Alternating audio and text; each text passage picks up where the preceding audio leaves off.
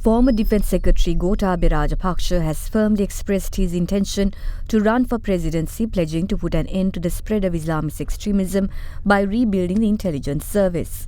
In an interview with Reuters, the former Defence Secretary said the government was not prepared to handle the recent terror attack on Easter Sunday and highlighted that the situation could have been prevented had the current government not dismantled the intelligence network and extensive surveillance capabilities that he built up during the war and after.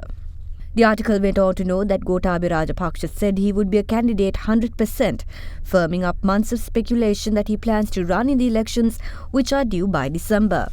According to Reuters, the former Defence Secretary was critical of the government's response to the bombings and is quoted as saying, "Various people are blaming various people, not giving exactly the details as to what happened. Even people expect the names, what organizations did this, and how they came up to this level. That explanation was not given." In response to a question by Reuters on the court cases filed against him in the United States, the former Defence Secretary has dismissed it as a baseless and only a little distraction.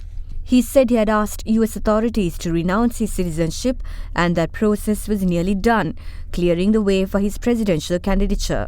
The article notes that his immediate focus would fall on tackling the threat from radical Islam and to rebuild the security setup provided he wins the election.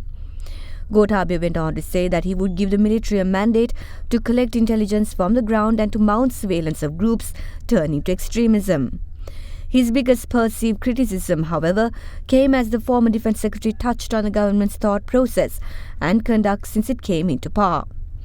Despite the government reasoning that most of the intelligence units were disbanded owing to various allegations levelled against their members, Gotabaya believes the government was confused. He was quoted saying, "The government did not give priority to national security. There was a mix-up. They were talking about ethnic reconciliation, then they were talking about human rights issues.